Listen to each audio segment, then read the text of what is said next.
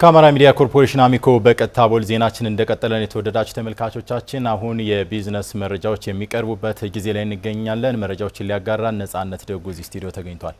ነፂ እንደምን ዋልክ? እግዚአብሔር ይመስገን። እንዴት ነህ? ደህና ነኝ። ወደ መረጃዎቹ እንለፍ። አመሰግናለሁ። ተመልካቾቻችን እንደምን ዋላችኋል? የሰዓቱን የቢዝነስ ጉዳዮች ይዘን ቀርበናል። አብራችሁን ቆዩ። የኢትዮጵያ ታምርት ንቅናቄ ወደ ኢንዱስትሪ ለመሸጋገር መሰረት የሚጥል መሆኑን የአዊ ብሔረሰብ አስተዳደር ገለጸ። የብሔረሰብ አስተዳደሩ ኢንዱስትሪና ኢንቨስትመንት መምሪያ የኢትዮጵያ ታምርት እኛ የምንሸምት ንቅናቄ መርሃ ግብር አልሚ ባለሀብቶች ከሁሉም ወረዳዎች የተውጣጡ የስራ ኃላፊዎች በተገኙበት በቻግኒ ከተማ ተካሂዷል። ሳሙኤል አማራ በአዊ ብሔረሰብ አስተዳደር የኢትዮጵያ ታምርት እኛ የምንሸምት ንቅናቄ የማጠቃለያ መርሃ ግብር አልሚ ባለሀብቶች የብሔረሰብ አስተዳደሩና ከሁሉም ወረዳዎች የተውጣጡ የስራ ኃላፊዎች በተገኙበት በቻግኒ ከተማ ተካሂዷል። በማጠቃለያ መርሃ ግብሩ በአንድ አልሚ ባለሀብት ከ322 ሚሊዮን ብር በላይ ወጪ የተገነባ የከረጢት ፋብሪካ ምርቃትና የኢንዱስትሪ ምርቶች አውደ ርዕይ ተካሂዷል። የቻግኒ ከተማ አልሚ ባለሀብቶችም መንግስት ባመቻቸላቸው የኢንቨስትመንት ማበረታቻ በተለያዩ የኢንቨስትመንት አማራጮች በመሰማራት ሀገርና ሕዝብን የሚጠቅም ምርት እያመረቱ መሆናቸውን ተናግረዋል።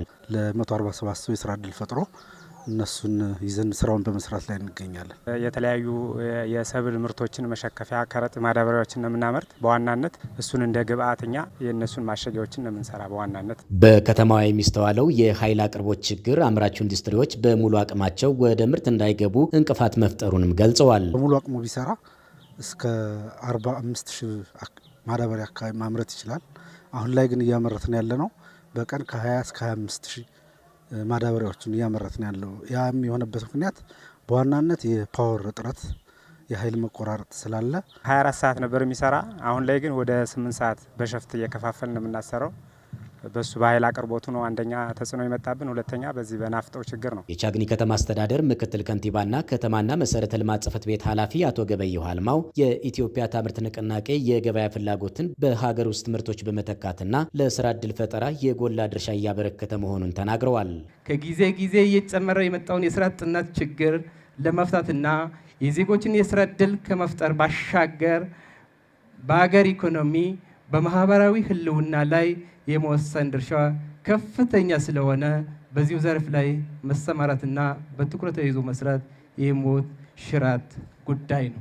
የአዊ ብሔረሰብ አስተዳደር ዋና አስተዳዳሪ አቶ ቴዎድሮስ እንዳለው መንግስት ባለፉት ዓመታት ለሀገር በቀል የኢኮኖሚ ማሻሻያ በሰጠው ልዩ ትኩረት አምራች ኢንዱስትሪዎች የሀገሪቱ የኢኮኖሚ ምሰሶ እንዲሆኑ ማስቻሉን ተናግረዋል። በተለይም የኢትዮጵያ ታምርት ንቅናቄ ግብርናን ከኢንዱስትሪ ጋር በማስተሳሰር ለአካባቢ ጸጋዎች ልዩ ትኩረት እንዲሰጥ አግዟልም ነው ያሉት። ፓርቲያችን አገር በቀል የኢኮኖሚ ሪፎርምን እውን አድርጎ መንቀሳቀስ ከጀመረባቸው ጊዜ ጀምሮ ተጨባጭ አንጸባራቂ ውጤቶች በሁሉም የአገሪቱ አቅጣጫዎች እውን እየሆነ እየታየ ይገኛል። ብልጽግና አገር የመምራት ቅቡልነቱን ካገኘ ጊዜ ጀምሮ ትልቅ እምርታ የተመዘገበበት ብሔረሰብ አስተዳደር ነው። መንግስት የኃይል አቅርቦት ችግርን ለመፍታት እየሰራ ነው ያሉት ዋና አስተዳዳሪው ችግሩን ተቋቁመው ወደ ምርት የገቡ ፕሮጀክቶችን አመስግነዋል።